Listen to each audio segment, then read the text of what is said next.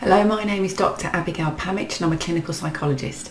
I'm going to talk to you today about calming our anxiety in the midst of the coronavirus, and I'm going to give you some tips, and these are tips that I've been using a lot in the last few days. So firstly, it's choose where we focus our mind. Now, the newspapers take us to the future and it's often very negative what they present, but the average person, all we need to do is really just focus on this day, because right now most of us just got to deal with the next few hours that are in front of us. So write down a list of what you need to do, go through it, bring your mind back again and again, just to today. If you really struggle to imagine a future that's not terrible, visualize this, think about it's September, the crisis is over, we're recovering mentally, physically, financially. Because whatever does happen in the future, if we can focus now on imagining a positive outcome, it will help us be more resilient in the short term. Okay, number 2 is distract. So when we become anxious, we get in what we call a threat-focused brain, and we ruminate. We can go over and over and over the threat. But the problem is that we actually can't find a solution to this one. Apart from following the rules, there's nothing else really that we can do but give it time. So we cannot solve this. So our mind will get stuck going round and round and trying to solve it. So what we can do is just focus on today and also try and distract ourselves. Do something that you enjoy, that brings you joy, or particularly do something that engages humour. Watch a comedy, read a funny book. Look at some of these things on YouTube about these kids being homeschooled and it all going very terribly wrong. Distract your mind and don't be afraid to bring content that brings a smile, because that directly switches our brain out of the threat system model. So number 3, positively control what we can. At the moment, so much is out of our control, but some things are not.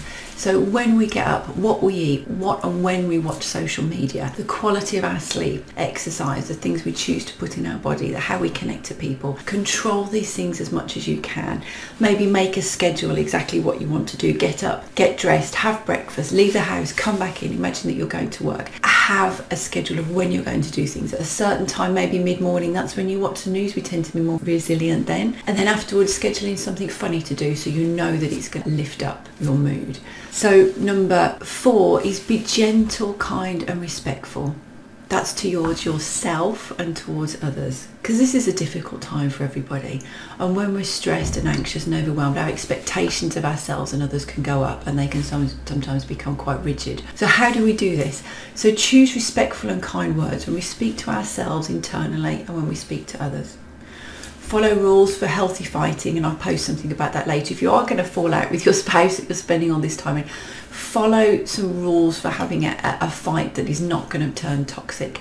Try and be assertive rather than aggressive, saying what your needs are. Reduce your expectations and pressure on what we expect from others. So just softening this. If you're angry with somebody, having a think about, what am I expecting from them here?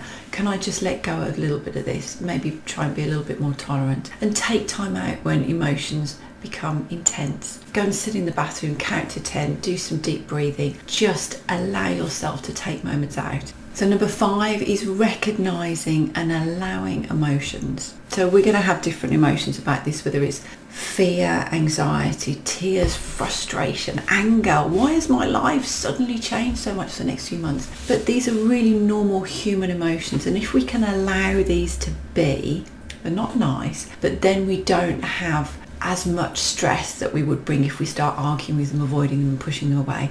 Allow them to be. Name it, recognise it. I feel sadness right now. I feel anxiety. Notice where it is in your body, and rather than fighting it, say to yourself, okay, how can I soothe these now?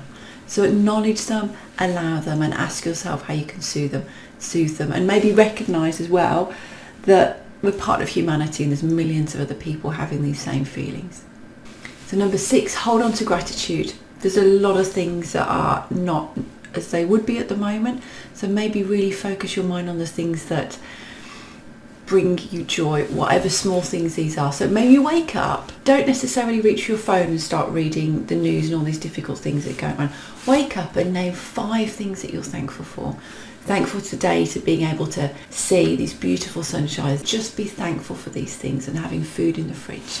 So choose our behaviour. So let our values guide our behaviour. Have a think about what kind of person do you want to be during this crisis, and maybe choose a word that will guide you, because this is a war of our mind. This is a war about tolerating staying at home, maintaining relationships, dealing with the fear of what could happen with our financial world or with our physical or even our mental world. So this is about controlling our mind in a way that's going to be helpful. So make a decision about what word is going to be. Maybe it'll be tolerance, maybe it'll be kindness, maybe patience, maybe caring. Choose a word, stick it on the fridge, see it regularly, let that guide your behaviour. So for example, if you're thinking about going out and going against the government advice, but your word is caring, think about, well, is this behaviour in line with this value that I have of caring for others? Or if you want to scream at somebody, think about that word, okay, tolerance. How can I behave in a tolerant way? And let this word, let this value guide how you be during this crisis. And the final one is hold on to a mantra. Have something that you can say to yourself that will help get you through. In wartime, we had keep calm and carry on. Or maybe have a phrase that will work for you. This too shall pass. This is only going to be temporary while it's difficult. It will end. This is going to be a few months and we'll get through. I will get to the other side of this. Or maybe in a phrase like, right now, I'm safe. Right now, in this 20 minutes ahead of me, I'm safe, we're safe. It's okay. So something that may be recognising that it's difficult, but something that you can draw on. I quite like this too shall pass. However difficult it is, whatever happening, this at some point will just be a memory.